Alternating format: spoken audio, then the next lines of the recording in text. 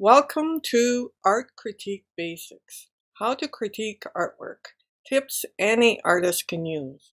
There's even a section there on how to critique yourself. So there's a lot to cover here, and we're going to have a great time doing it. This is me when I had lighter hair. I don't have a new photo, so there we go. I love creating artwork. And I love teaching. And these are tips that I picked up along the way, from taking classes to also getting my own work critique and critiquing others. And these are really great tips that will help you. I have a bachelor's in fine arts, a master's degree in visual art education. I've taught mixed media and abstract art classes all over. And these are just tips and tricks that I've picked up along the way.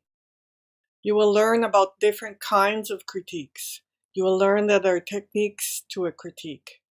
You will be able to critique any work by learning the basic rules and creating your own criteria.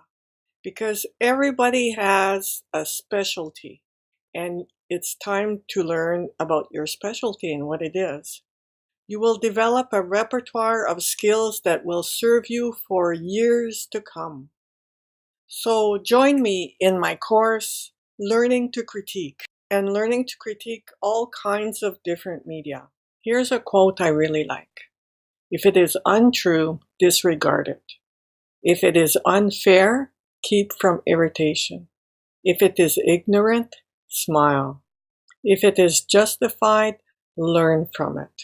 In this course, what I hope is you learn how to give criticism that is justified so that your students can learn from it. And that's my goal with this course. So that's it for now.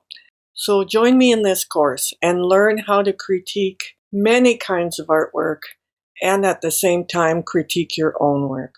There are a number of tricks you can learn so that you can do it gently, so that your students learn at the same time.